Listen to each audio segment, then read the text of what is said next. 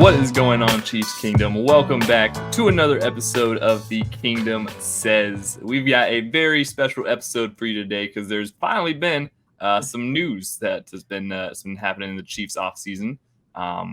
So we are here to talk about that today. I am your host, as always, Garrett Williams, and I'm joined by my two usual co-hosts. We've got Kyle Henning on the top right of the screen. How are we doing tonight, Kyle? Doing good. Got through the weekend. Weekend started out pretty rocky with some late Friday night news dumping type things, but good weekend. Been interesting. Got some more interesting stuff lined up for the next week, and I'm assuming we're going to see more moves because we'll talk about what they news dumped Friday and what that leads to. So, but other than that, good and ready to talk to you guys about some ball. Yep. Also joining us, Arrowhead Tom at the bottom of the screen, making his return. How are we doing tonight, Tom? Oh, it has been a wild weekend. I've got some emotional support chocolate to get me through the episode. I think there was a Twitter thread about earlier this week, and Seth Kaiser with Only Weird Games talking about how you shouldn't eat on screen. Was told that thread was amazing. Yeah, we were right in the middle of that one too. Here I am starting the show, breaking the rule. All right, I break that rule occasionally. Yeah, that is that we were right in the middle of that. We got to mention that one. That kind of went. But yeah, we are here tonight to talk about the Chiefs news jump. Like we said, Friday night, Chiefs love breaking news just as late as possible. Friday 11 night. o'clock is getting ridiculous, but yeah, it's kind of ridiculous at this point. But if you have missed it, if you have not seen or heard, the Chiefs have finally, after a long anticipated kind of deal here, have finally traded L'Jarius Sneed to the Tennessee Titans, which was a little bit of an unexpected team, I think, for a little while there. Trade compensation was a 2025 third rounder, which is, for those who are not aware, that's next year's third round pick, and a swap of sevenths this year, which moves the Chiefs up basically almost a full round. Late in the seventh round, kind of a whatever. Well, it went from 254 or whatever it was to beginning of the round, right? That's huge. That's big. So yeah, after, like I said, long anticipated, this was probably going to happen. Ever since basically after the Super Bowl, it was kind of reported that after the Chiefs were going to franchise tag L'Jarius Sneed and give him permission to seek a trade. And after a very a lot longer process, I think, than most of us kind of anticipated, which made us maybe believe that he might return to the Chiefs. But it seems like there was a lot of kind of holdups that happened along the way that we will definitely talk about here. But so the Chiefs trade him to the Titans. He gets a 4-year, $78 million contract, I believe, overall. It's like 19 I think is the number I saw, but yeah, same thing. Yeah, 76. It's a $19 million a year contract with $55 million guaranteed. So that's huge. And really, so this happens Friday night, and we've had a couple of days now to kind of process this trade, process everything that it means for the Chiefs. It's a little more. We've had a little more time to marinate on this one than we did the Hollywood Brown one, where we had that broke right before we went live, so it was kind of all off the rip. But we've had some time to really evaluate what this trade means, and for all parties involved. And I just want to be the first one to say, first and foremost, thank you, L'Jarius Sneed, and congratulations on a tremendous bag. $55 million guaranteed. That's $10.5 million more guaranteed money than any other cornerback contract in NFL history, which is absolutely crazy for the year that he had. He's so deserving of it.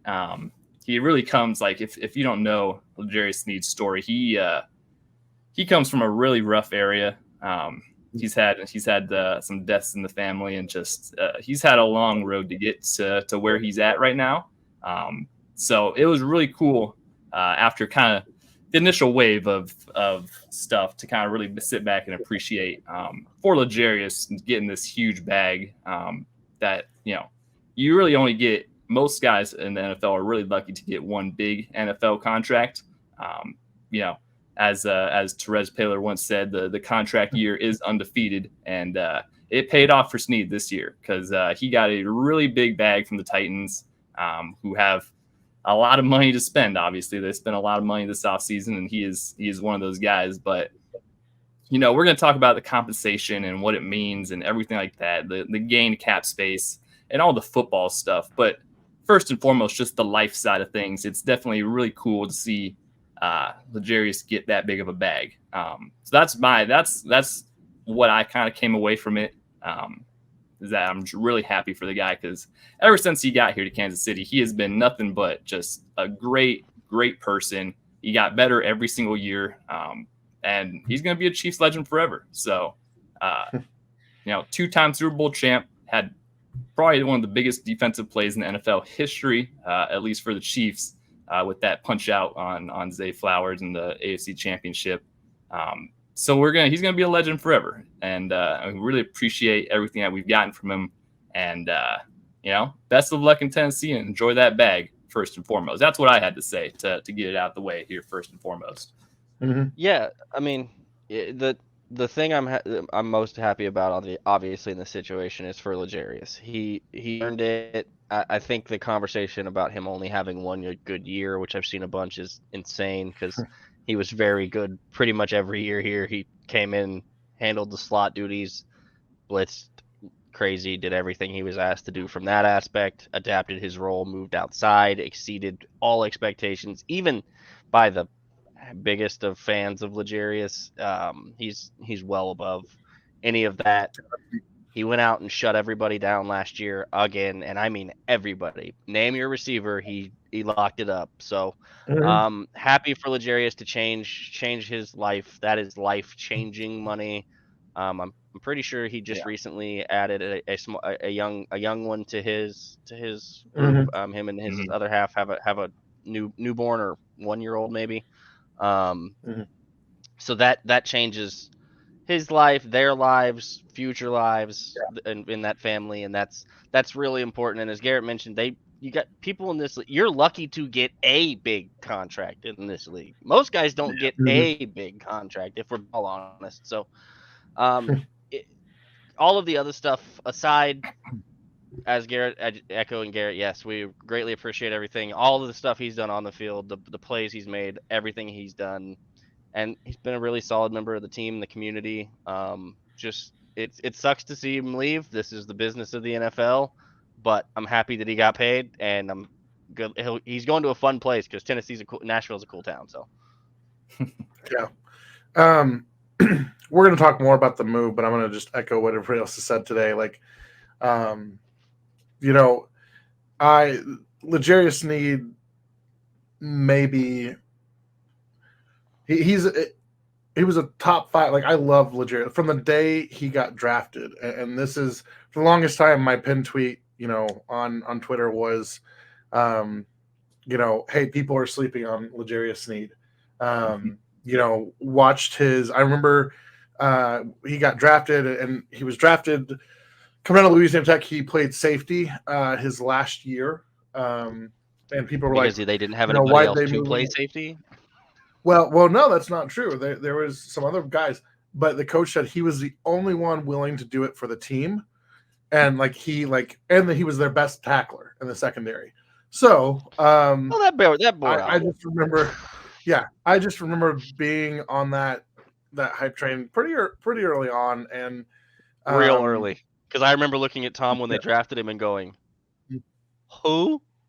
Yeah, what are we?" I mean, I looked at it, Tom did, and we looked at the draft guys and stuff, but I was like, what? Okay, cool, great. What are we looking at here, boys? Yeah, it was especially interesting just because that was the year, Meek Robertson, who was his teammate that got way more hype, who went to the Raiders either the pick after or the pick right before. Yeah. And yeah, one of those guys has worked out really well. One of them has not. So, just from a player perspective, man, Sneed was so much fun. He set the tone for physicality in that secondary group. And as a player, I'm so bummed to see him leave, just because, like I said, he's one of my favorite players. I remember, this honestly, if he had signed a second contract, I probably would have got a jersey. Like I have a jersey. I have one. Yeah. Yeah. That's I'm always like, gotta wait for you to either be an all-time I great know, or, yeah. or That's something. I love L'Jarius Sneed just as much, which is why I got a jersey for him. I wore his jersey to the 2022 Week 1 opener versus the Cardinals, and he got the first sack of the season while I was wearing that jersey. Like, it's he's an awesome. We do need to address the fact that about 30 seconds before the news broke in our group chat, Garrett said, "What are we going to talk about this week, guys? We need to do an episode." And literally, I mean, so now, if you're upset about the trade, just the trade in general, we can go ahead and blame Garrett. If we want to, we can start a hashtag. You have a little bit of something in there. Yeah. Never mind. Hashtag.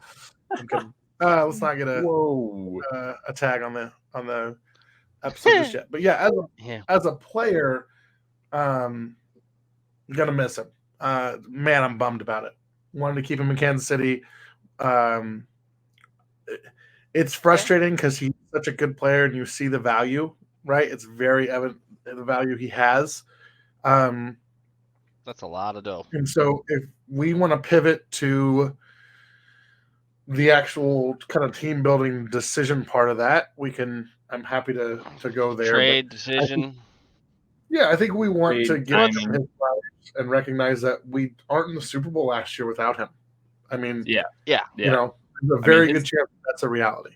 Yeah, like his play the entire year, and to echo what Tom was saying, like such a fun player to watch, and just him really turning into like a number one lockdown corner this year was actually kind of like Kyle said a little bit, like it's even exceeded most people's, like even the biggest fans of L'Jarius's expectations. It's like he really just went down and locked everyone up the entire year. And then, get to the AFC Championship, he makes the biggest play. And maybe in the Super Bowl, he had a big play. He's had multiple big plays. He's just, it's a tremendous player, but the timing of it is, it makes some sense.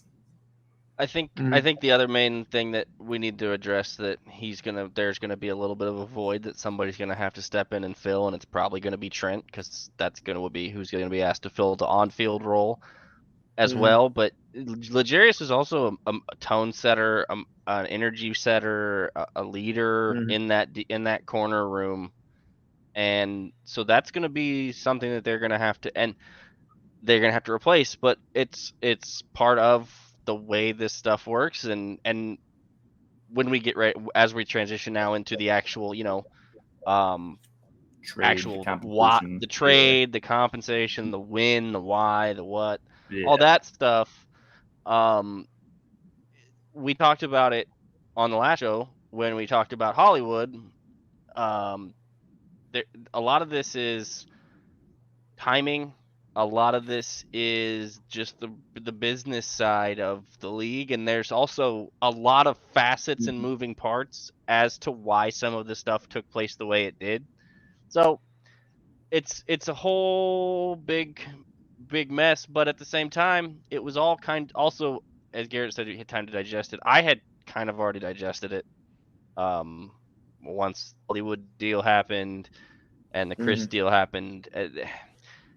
There was hope that with the James Palmer tweet, like I talked about last episode, with the potential of them playing on the tag, but it just kind of felt like a smokescreen. I just never felt like they really wanted to have that him on the tag and play out the season, and it turned out to be the case.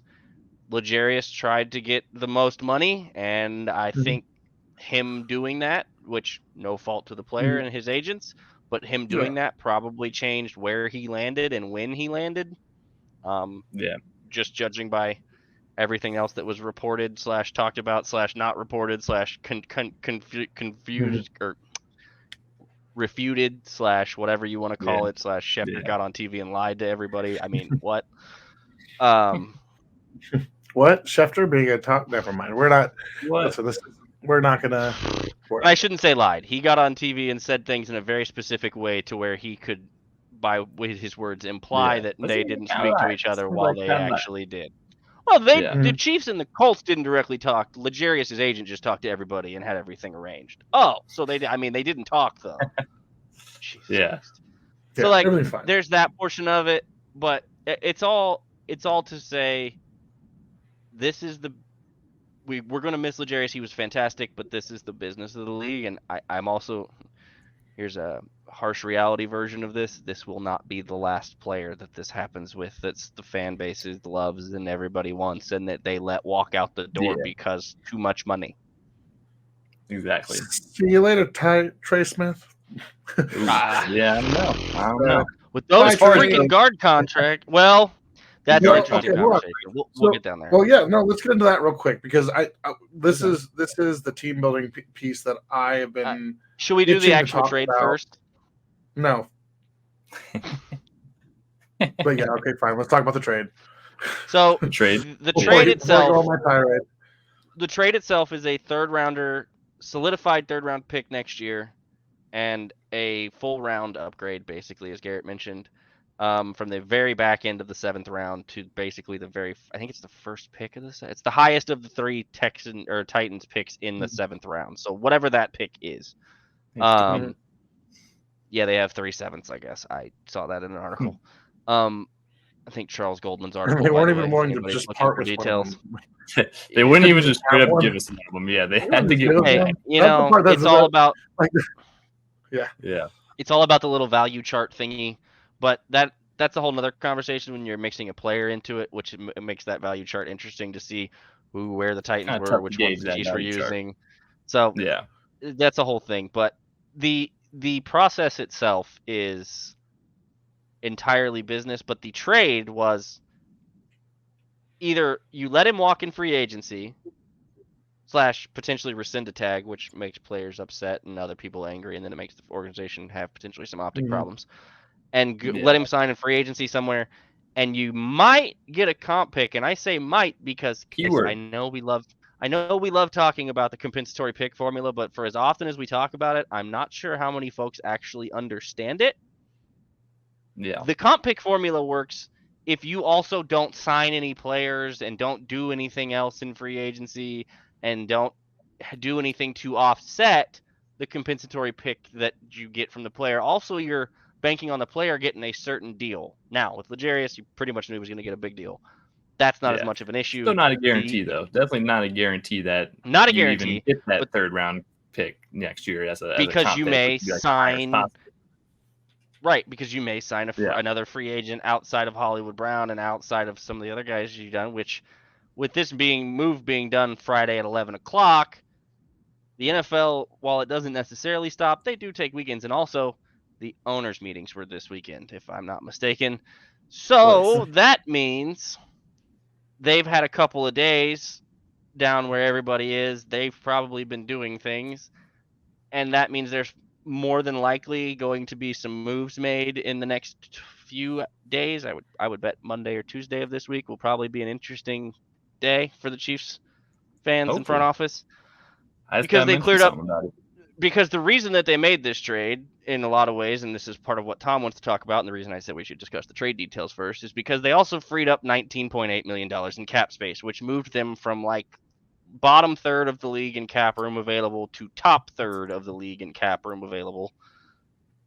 And that allows them to do what Brett Veach likes to do, which we talked a hell of a lot about on the last episode, which is what, Tom? Enter the draft with all of their bases covered.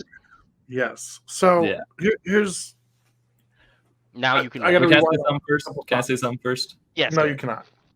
I just want to see if I can get Tom off his rhythm. I did want to preface something before Tom goes with the compensation for Sneed, because a lot of fans seem to be very upset at that initial compensation. I don't love it originally, but I get it. Yeah, just to make it very clear to fans, this trade, it wasn't just you're trading for a player. I think that's what a lot of people kind of didn't realize a lot. You're not the Tennessee Titans didn't just trade for L'Jarius Sneed. They traded for L'Jarius Sneed and a 4-year, $55 million guaranteed contract. So that's something that you have to consider as far as trade compensation, is that you're not getting the full value of a guy because he's on the tag. So you don't have a ton of leverage, and the other team still has to pay him. And that's per reports, probably what kind of hung up a couple of the teams. Like I know the Colts, I think, was a big report where that the price tag of Sneed might have just kind of outgunned him. But you got to consider that when you consider team building and compensation and all that stuff. Isn't that right, Tom? Yes. So you're 100% right about how much they paid after. That $55 million. The leverage is part of it. Yeah. So there's two pieces here that we got to look at from an overall team building perspective, and I'm going to point some things out that one of these things I haven't heard talked about, but I think you guys will see it once I connect this dot. But here's the first part. When we're talking about cornerbacks, right? A couple years ago, so this was around the time that J.C. Jackson was trying to get a new contract in New England. This was around the time that Jalen Ramsey got traded to the Rams. There was a lot of cornerback movement. And so there was this really interesting dialogue within the NFL about the importance of lockdown coverage versus pass rush. Because for the longest time, and this goes back to even Steve Spagnuolo, right? The Super Bowl against the Patriots, right? That was when we really turned this corner. It's like, all right, if you can have a rabid pass rush, you can really, cover up some holes in your secondary. And then as the NFL kind of evolved and you have these more athletic quarterbacks, you have more athletic playmakers, coverage became more important. And so this dialogue was kind of going on, what's more important, pass rush or pass coverage? And what some people much smarter than I kind of landed on was that pass coverage in a vacuum is more important to the outcome of a game and to the success of a defense than pass rush. However, pass coverage and specifically defenders in the secondary are much more difficult to have consistent back-to-back seasons than others. So let's do this little exercise real quick. We've talked about that on this show before, Tom. Yes. So this is just the most difficult position in the NFL to play consistently is corner. And I'm betting you're about to pull up a bunch of numbers that prove why with a random scenario. But we've talked about that. I'm just pulling up. We're just going to hop in the time machine. We're going back 3 years. So let's say, L'Jarius Sneed 4-year deal. We're going to say 3 years. 3 years from now. So if we go back 3 years, the number one corner in the NFL, Jair Alexander. Okay, he's still doing well. Number 2, Jalen Ramsey when he was on the Rams. He's now on the Dolphins. Has since been traded. Number 3, Marlon Humphrey, Baltimore Ravens. He's a freak, still doing pretty well. Pretty good. Number 4, Xavier Howard, Miami Dolphins. Didn't they just cut him? Free agent. Free agent. Yep. Number 5, anybody know what James Bradbury's up to these days? Anybody tell me? Nope. Okay. Well, that's a great question. Holden Jr. He's on the Eagles. Number 6, Stephon Gilmore. Bradbury? Didn't he give up didn't he hold somebody in a Super Bowl? Yeah. He held Juju in the Super Bowl. Yeah. So number 6, Stephon Gilmore when he was with the Patriots. Yeah, he's old now. Not with the Patriots anymore. Number 7, Tre'Davious White, Buffalo Bills. So this is before. So at this point, Tre'Davious White has been considered a great corner. Injuries, all that stuff racked up. Number 8, Denzel Ward with the Browns, doing solid, right? Number 9, William Jackson III, who at the time was playing with Washington. Number 10, old friend Marcus Peters. What's Marcus Peters right now? Yeah, he was. He was still top 10. Yeah. Tom, what was that name you said in there? You said Tre'Davious White, right? No, you said Tre'Davious White, right? Tre'Davious White. Yeah, free agent. Okay, so on that same note, the reason I mentioned to bring that up, Buffalo Bill counterpart last year in that secondary, Tremaine Edmonds, got paid 4 years, $72 million with $50 guaranteed last year. They got a 4th-round comp pick, not a 3rd. Matter of fact, their GM said, I believe earlier today, we got a raw deal in regards to that comp pick. just to kind of tie this whole team building thing back to what Garrett was talking about, into what Tom was talking about with. Wayne, we got a bad deal. Wayne. 2 other names real quick on this list. Adoree Jackson, who's number 12, free agent now. USC legend. Byron Jones, number 14, out of the league. Has been out of the league for over a year, medically retired. So one of the issues that comes with playing secondary is you are an athlete who's moving in space, who's doing a lot of change of direction. You're more susceptible to those injuries. Now, I'm not here to speculate. We talked a little bit before the show about the exact condition of Sneed's knee and all that stuff. We're not doctors. We have no inside knowledge on that medical stuff. But you put that in. So you have a high risk position. You have a player who you have some concerns, enough concerns that you're holding him out of early preseason action. You're managing it throughout the season. Yep. This was really Sneed's peak value. And so one of the things that we're seeing as the league, right, as a whole, is they're understanding, hey, yes, having lockdown corners is important. Having secondary players is important. But you got to be willing to churn that over, because outside of getting some really freak athletes, some high investment guys, right? Jair Alexander, by the way, very, very similar to Trent McDuffie, just in case you were wondering, been the comp I had for McDuffie, and I think a couple of others as well, just to slide that in there. So outside of those freak guys who are able to have that sustained success in the secondary, you really are making a gamble when you pay some of these guys big contract money. So who's the kid that was in? Who's the dude that was in New England that went to the Chargers that didn't make it J.C. Jackson? J.C. Jackson. Make it a year. Didn't make it a year. Yeah. So cornerback play, very volatile. And the other thing that we throw into this, Steve Spagnuolo got his start, cut his teeth as a defensive backs, as a secondary coach. He knows the position. He knows the position well. This staff knows what they're doing. They put their guys in the best position to play and do well. And so Sneed is worth every penny. If you're a Tennessee Titans fan, whatever, like listening, you guys will love him. Don't get me wrong. Mm-hmm. From an investment standpoint, what does this conversation look like if we get 4 weeks into next season, right? Sneed is playing on the tag, eats up all that cap space, blows out his knee week 4. Not going. Now he's not getting a long-term deal anywhere. Not getting a top pick. So you take the bird in the hand versus what could be, right? So in terms of compensation, do I want more? Absolutely. I would love to have more. Do I value Sneed as an individual player more than that draft capital? Yes. In a vacuum, absolutely. But we don't live in a vacuum. No. And I think there was more draft capital and a better deal on the table had contract numbers been agreeable for Sneed with the other team involved, which is why we heard so much fire and smoke around the Colts. And it goes back to dollars. And that's where I don't fault L'Jarius for going, look, man, I want the most money. Pay me what I want.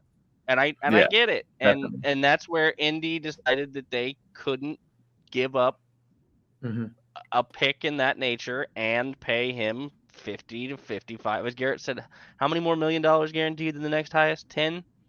$10.5 million more guaranteed than the next highest cornerback contract ever. Like, and that guaranteed money, we talked about before, that's what matters.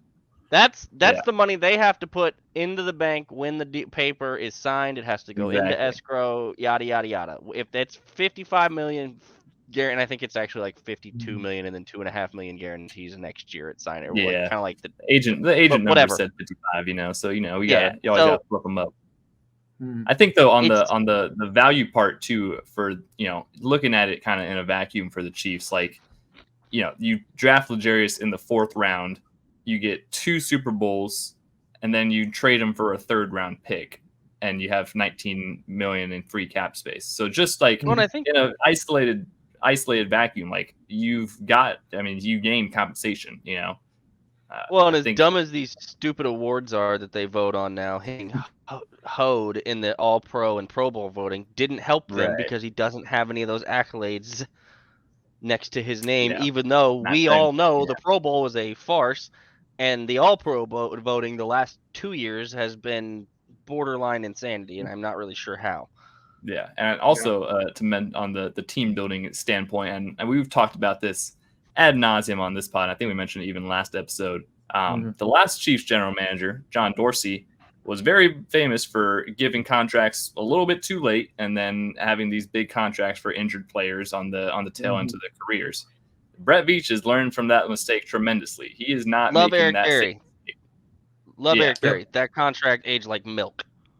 Exactly, and that's the risk and reward of the NFL. You know, you can like we said, you can get a big contract, and then you go out and get injured, and then all of a sudden it's all for nothing. You know, like, and Eric got screwed in the most horrific ways possible. Yeah, exactly, and it's not a single shot at Eric Berry. It's just that ended up being a bad, technically a not good contract from a dollar wise because he got screwed. Nobody asked for that. You can't see that coming. Yeah, from the team standpoint, you're pretty much selling as high as you can, you know, with what's known. You know, Sneed has a amazing career season, helps you get to the Super Bowl and win it. Like, his value has never been higher. And like the knee thing, you know, that's obviously a concern for teams, and the Chiefs are more familiar than anybody else, so they know. All of that, England did this for 25 years. Yeah, he's 20. Yeah. You know, he's 27. He'll be 31 by the end of this contract. So it's like, you know, there's still a very good chance that he has another 4 or 5 great years in this league. It's just the risk and reward of the NFL. And you know, we mentioned Steve Spagnuolo, Dave Merritt in the secondary room, just tremendous development out of these guys. And I think, you know, the team building part of it is, you know, getting the compensation and the picks, but what the Chiefs have done, you know, behind L'Jarius in that cornerback room and the defensive back room also plays a huge part. You know, if the Chiefs were pretty bare in the cupboard, they probably would have, you know, stepped up and offered a much higher deal to him. But they've got like they did with Chris Jones because they looked around the defensive tackle room and went, well, exactly, shit.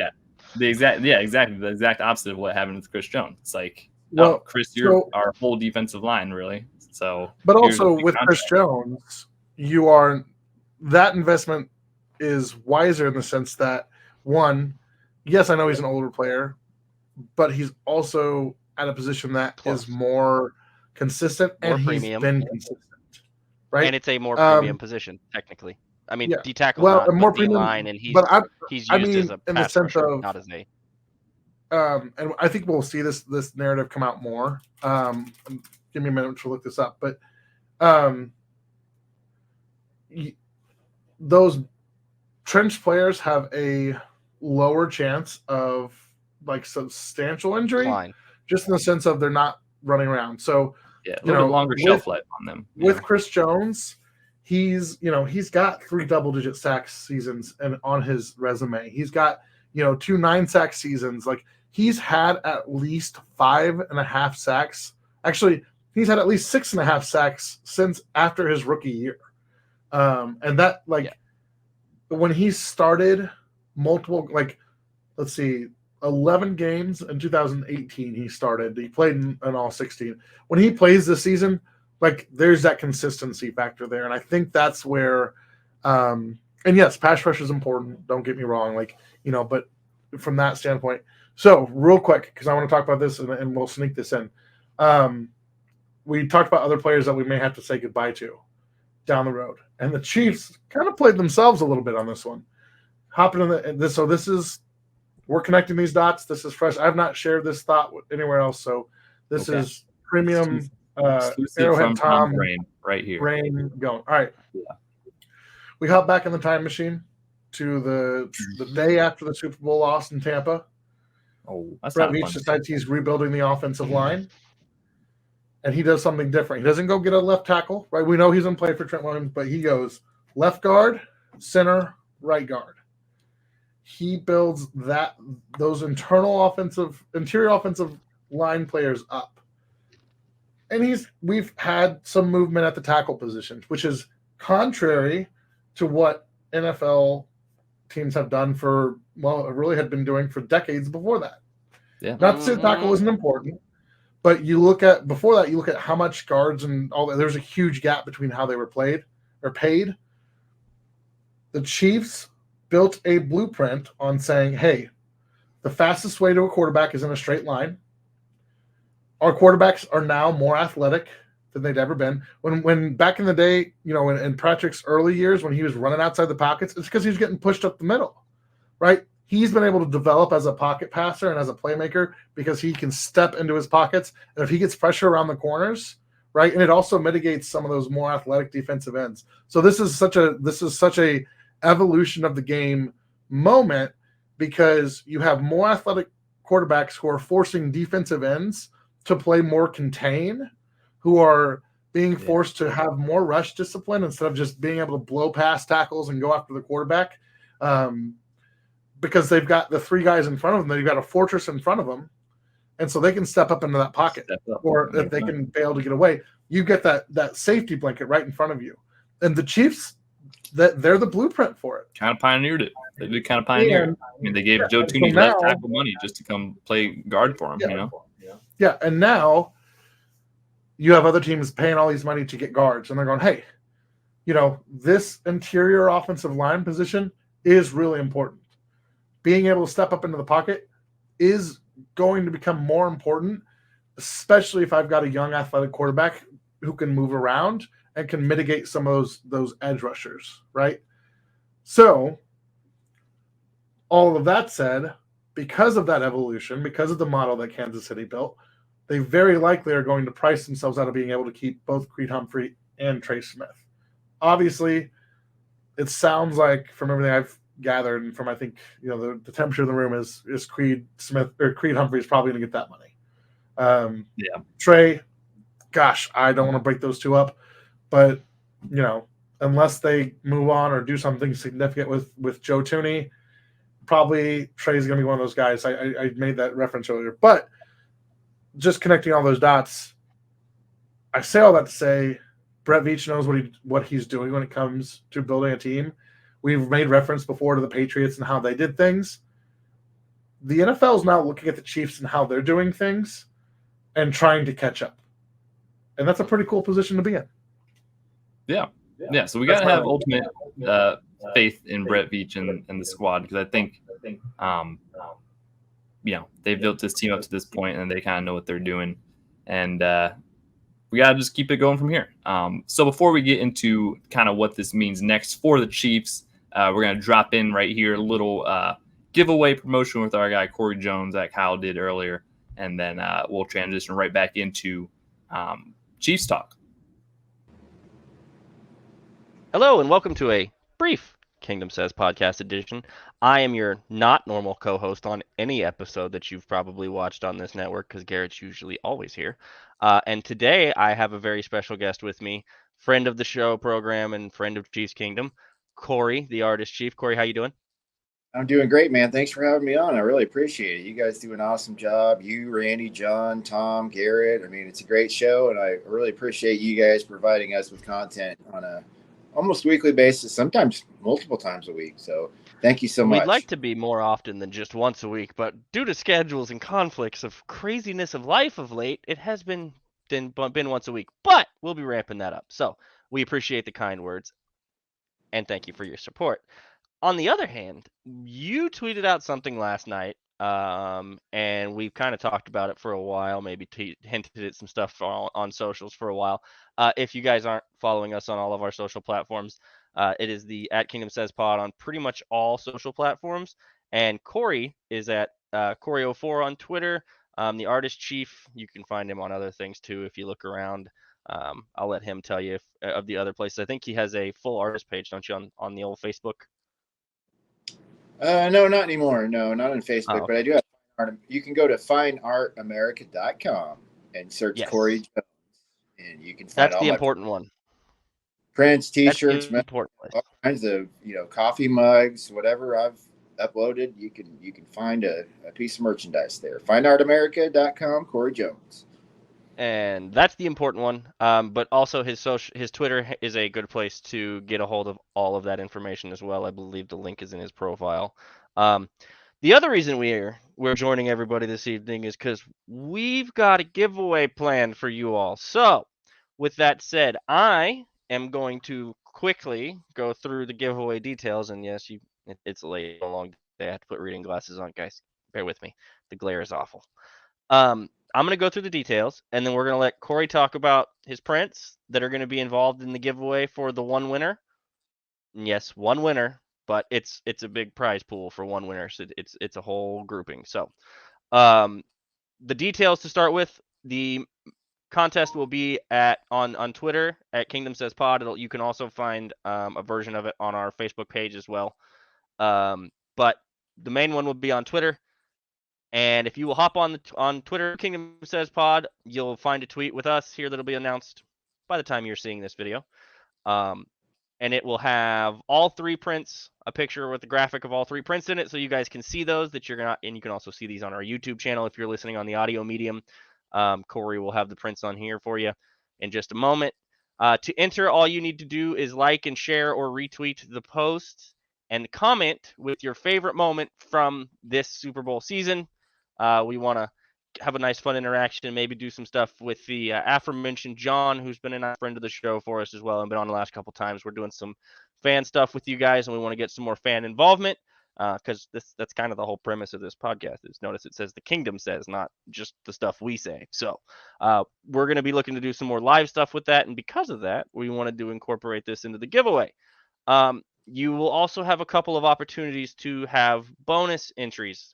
So you can get a couple additional entries in that other people won't get if you don't do these things. The first bonus entry and one bonus entry is available if you hop on over to the YouTube channel and subscribe to our YouTube channel, Kingdom Says, and then screenshot that and share that either under the Twitter post or the Facebook post.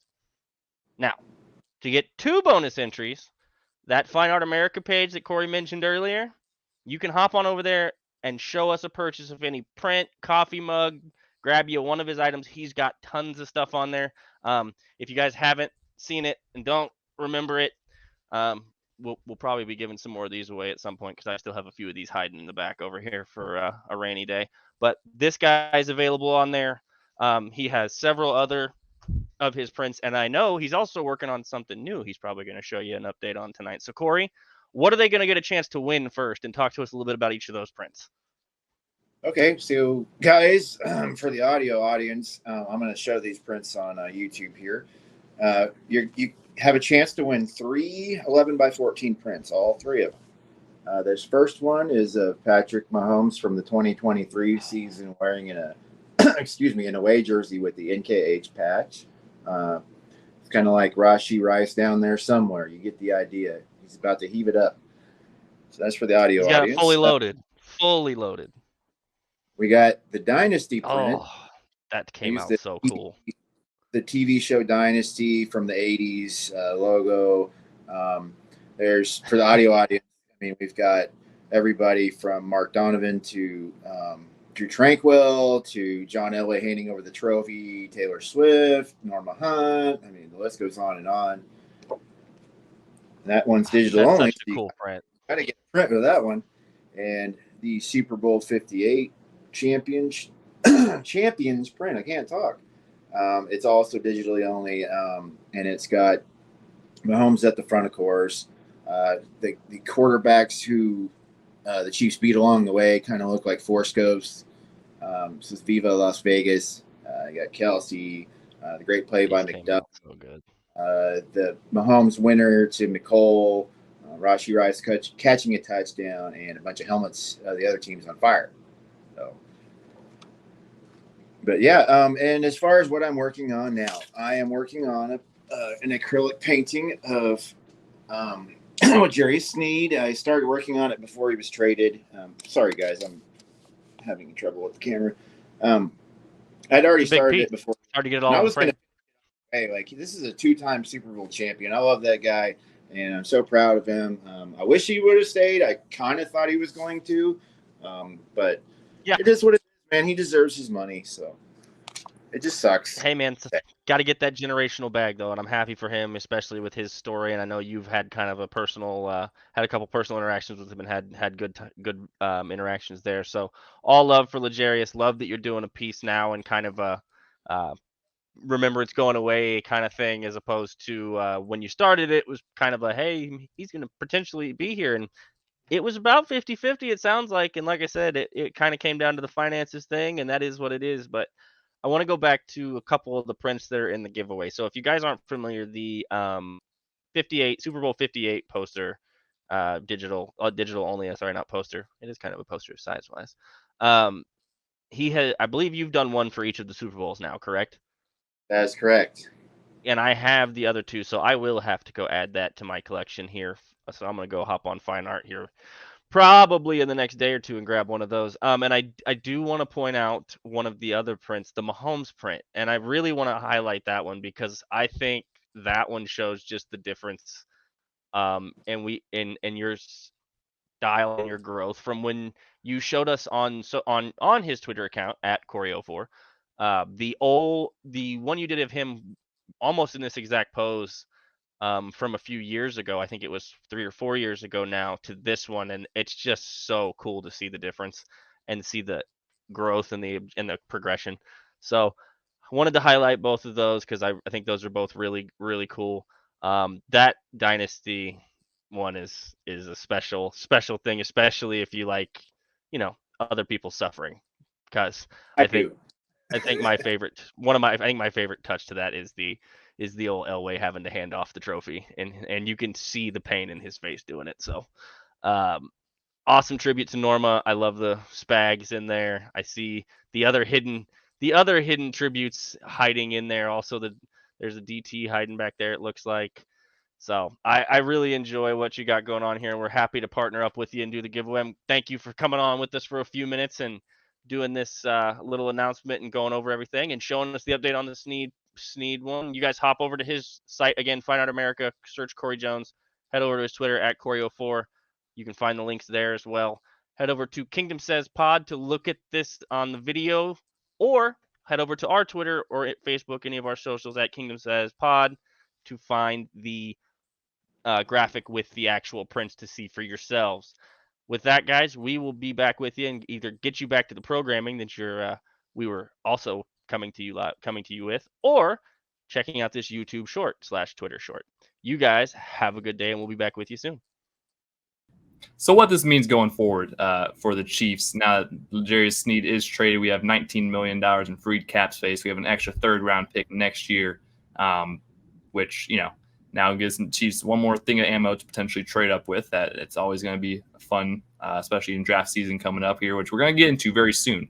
That is going to be the main topic of April, but still got a little bit of free agency left with that $19 million of free cap space. It was very interesting. The reports immediately after the Sneed trade were basically like, don't expect, don't be surprised if the Chiefs re-sign some interior or some guys from themselves. Mike Dana and Donovan Smith both made references as per James Palmer, I believe.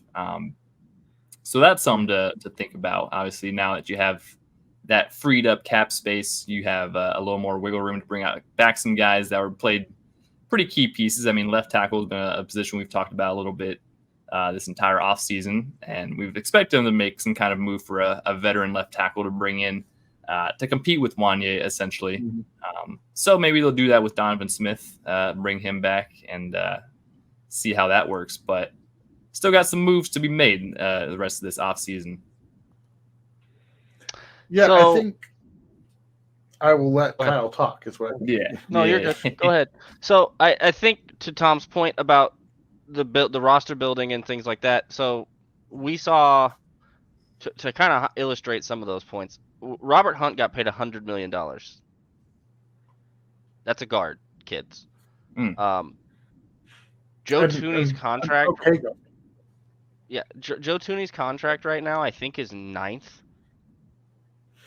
in guards. When it was like, as Tom mentioned, right after the Tampa Super Bowl, was like, oh my God, they gave $20 million to a guard. What are they doing? They broke everything. What is happening? I remember all those conversations. Are they going to play him at left tackle? Because that's what is he playing left tackle? Yeah. Like, no, he's playing left guard, and they've done that. So the conversation in regards to Trey and Creed and kind of what the building is going forward, I do think it's interesting to see which one of those may be the priority. I don't necessarily think that they're both gone. for a multitude of reasons. One, as Tom mentioned, they are prioritizing building from inside out, so they seem to be more functionally okay with more puzzle pieces at tackle than other teams are, and kind of filling it in, as we mentioned with vets. And two, you said do something with Joe Tooney's contract. I need to look this up real quick just to verify that I have his exact numbers right. But Joe Tooney is now 31, will be going into his age 32 season this year, I believe. Mm-hmm. He has 3 or 4 rings. He's got enough rings. He's got at least one with the Patriots too. Mm-hmm. So he's come up with a pretty significant postseason injury as well. Sorry, he has 4 rings. He has 4 Super Bowl rings, and he just tore his freaking pec. Which, if nobody has experienced that, unfun is a very underdescribed term for how that feels. I simply strained mine like real bad. It didn't quite tear it in half and have it fall apart and turn completely awful like his did. It sucks. So, that's a bit of a thing, and he's also made a ton of money, as we mentioned. I would not be overly surprised if they get this 3-peat done potentially next year, or even either way, and he says, I'm good, guys. I've had enough. Mm-hmm. Yeah. Or they just go their separate ways anyways. Yeah. Yeah. So there's some different things there. I do think it's an interesting conversation when it comes to what they do with the inside guys. I do think they're going to fill in some spots, as Garrett mentioned. I think tackle is a spot they're going to try to bring in depth. I don't think there's any question there. Donovan Smith is still available. I also think Donovan Smith is still available because they've kind of had an idea of this is where they were headed all along. Yeah. It kind of leads to that same thinking that Hollywood Brown kind of hung around for a while and knew what the plan was and whatnot. Sounds like there's a good chance. There's a good chance. Kept those guys on the phone those calls. pieces involved. I think your positions that this gives you now, because like I said, they add 20 million and they already had, I think, 15, so they're in the neighborhood of 30 at this 30 to 35. Or I'm sorry, 35 probably to 40. In that general ballpark, between 30 and 40 million. Oh yeah, and they've got plenty of money.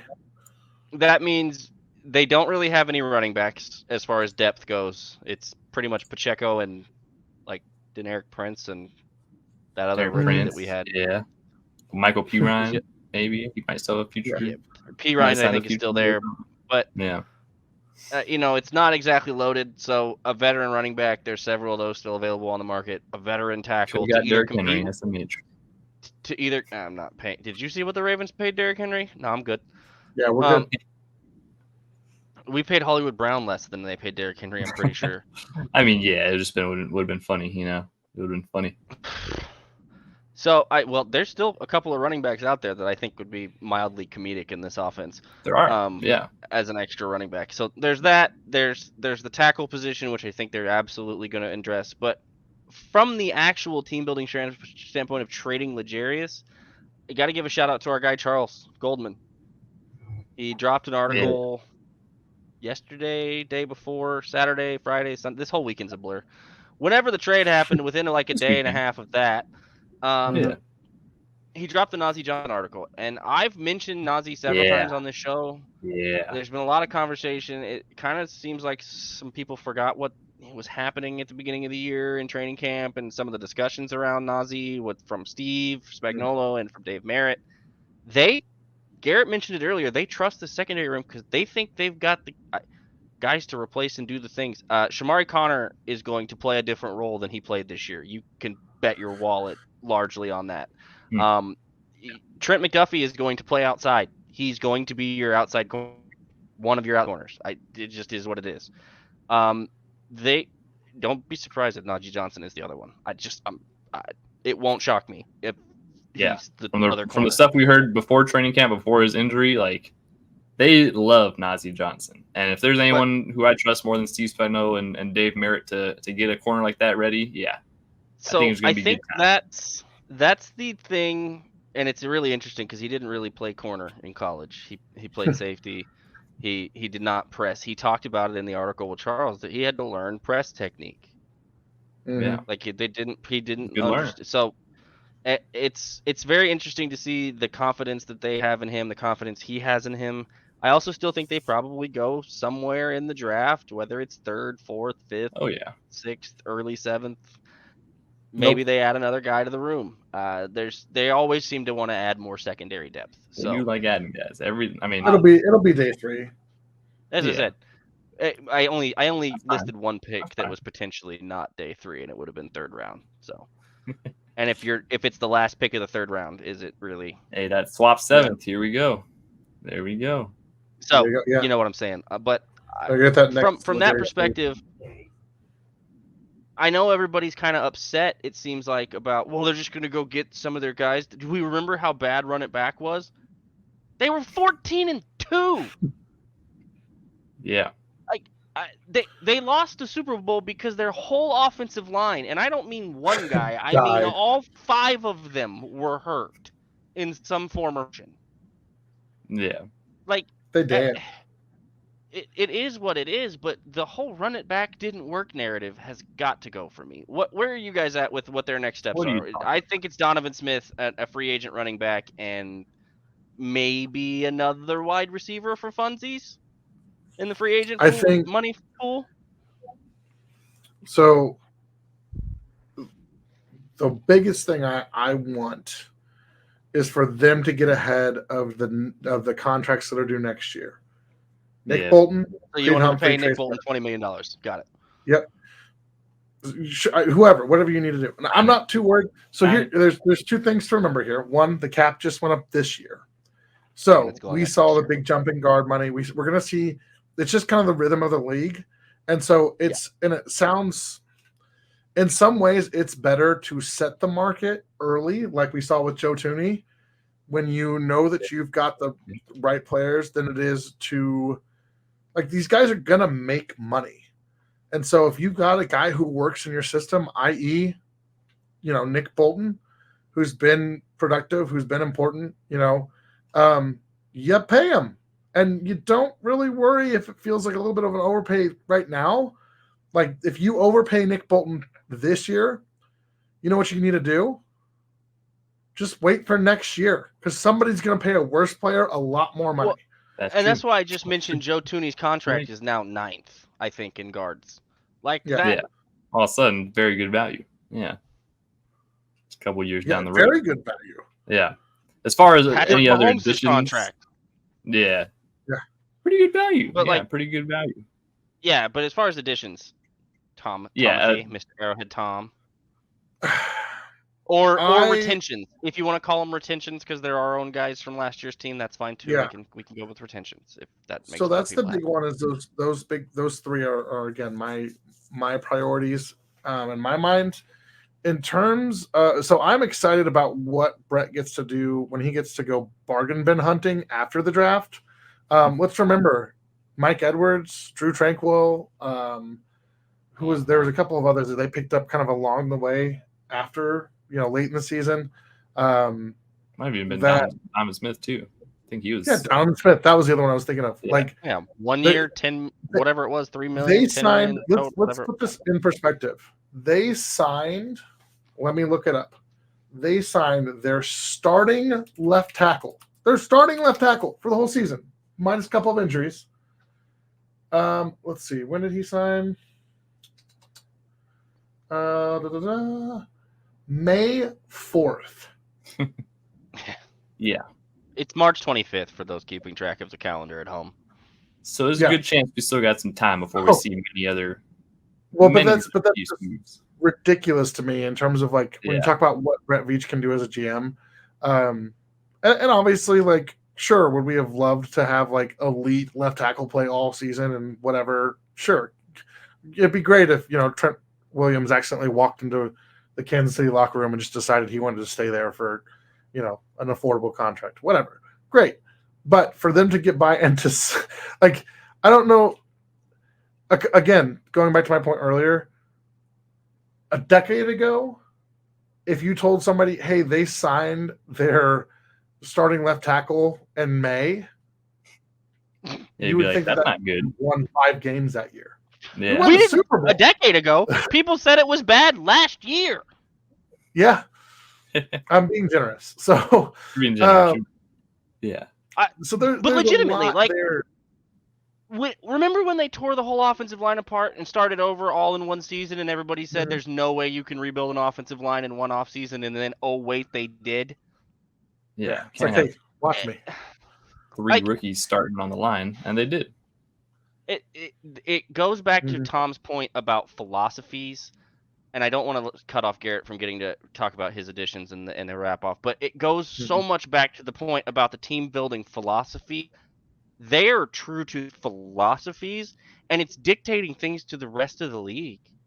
You just watch the AFC West do the whole thing. Remember what Tom just talked about? They loaded up on a whole bunch of defensive edge rushing pass rushers, and the Chiefs went, yeah, we don't care. We're going to block your interior line and let those guys run around in circles outside. Yep. And now, what did all of the AFC West teams do this offseason? The Raiders posted a picture of Christian Wilkins dumping out or dumping on one of their helmets after they paid him egregious money, which, by the way, they were definitely going to pay Chris Jones if he was available, so you can go ahead and say thanks.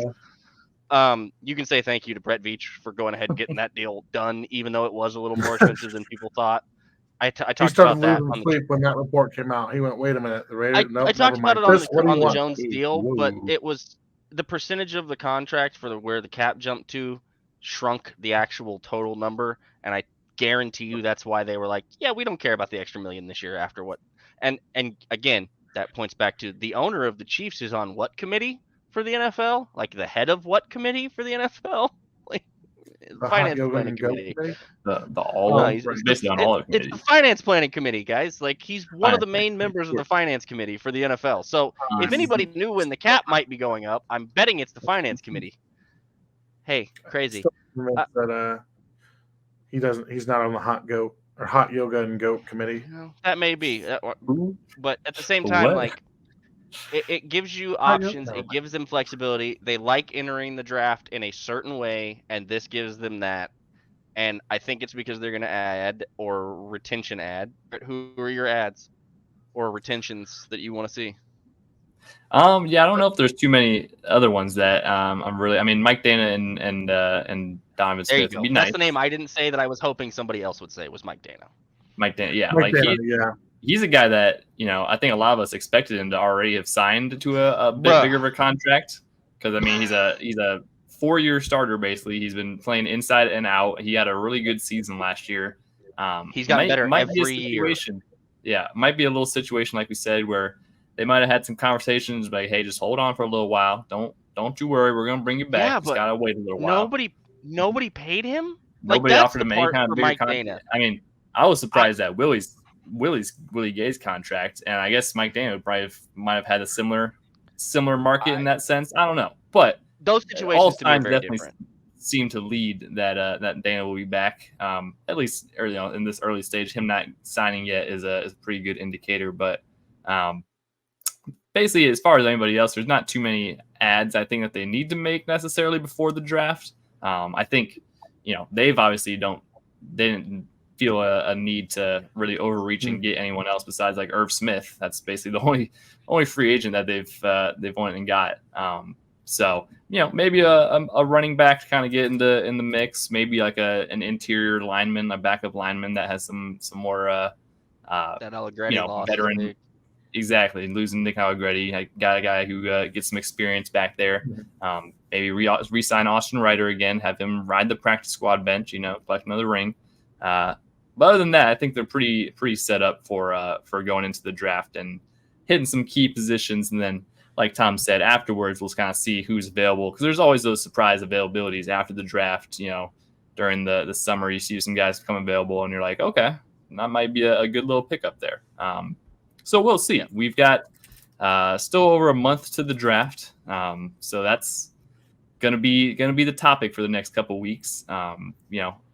Arrowhead Tom, of course, being the spearhead of that over at Kingdom Recon. They've been doing a lot of good stuff over there, and we're going to start transitioning to that on this show and really do some mocks. Maybe we got another mock draft warfare planned, which is going to be great. The biggest We're one. upgrading it this year for you guys. We're gonna build a warfare. We're gonna build a war room. It's the biggest war room ever.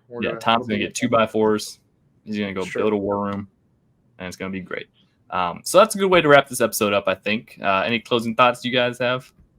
I'll finish. Mike Dana should have a contract by now.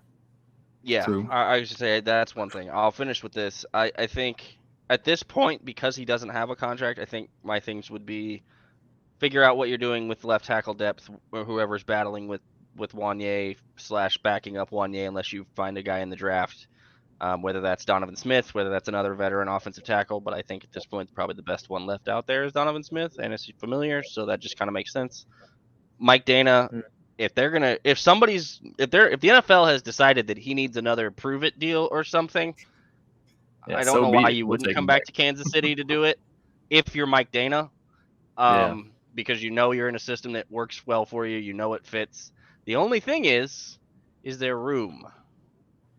And I know that sounds stupid, but George is solidified that he is a starter on the edge. And they drafted Felix in the first round last year and expect him to take steps this year, I would assume. So snaps are going to be a thing. That I think when you mentioned the Willie Gay conversation is part of why Willie Gay took what he did to go somewhere else, is because he didn't think there were going to be enough snaps in the room for him to do that. He kind of mentioned that he didn't get as many last year.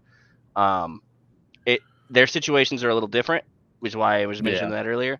And the last thing I'll say is go check out the contest that we dropped in this episode. Enter the contest. Go check out Corey's page. Grab a print. Get you a bonus entry. A couple of them, actually, if you buy something from his site. You get a bonus entry into the 3 prints. And subscribe to our YouTube channel, and you get a bonus entry if you screenshot both of those things and put them underneath either the Twitter or the Facebook or the Instagram or the whatever you have it on post contest thing. So do those things. Follow us on our socials, and ready for a whole lot of draft content, because that's where we're at now. Exactly. We've got a lot of fun stuff planned the rest of this off season as we wait the three-peat for the Chiefs to happen, which it's inevitable. Let's not sugarcoat it. It's inevitable. We ain't gotta pretend. I'm just kidding. We're not that confident, but we are pretty. It's gonna be interesting. It's gonna be fun. Yeah. So they're gonna make a run for it. They are. They're gonna do it, and Brett Veach has some ammo now. We'll have to see what he does with it. If there's one man I trust with some ammo, I would take Brett Veach in a heartbeat. So with that being said, thank you all for tuning in and listening and watching this one. Be sure to follow us at Kingdom Says Pod on Facebook, Twitter, and Instagram. Check us out on YouTube, Kingdom Says Podcast, also on Spotify and Apple Music, and wherever else you get your podcasts at. And we will see you guys on the next episode of the Kingdom Says.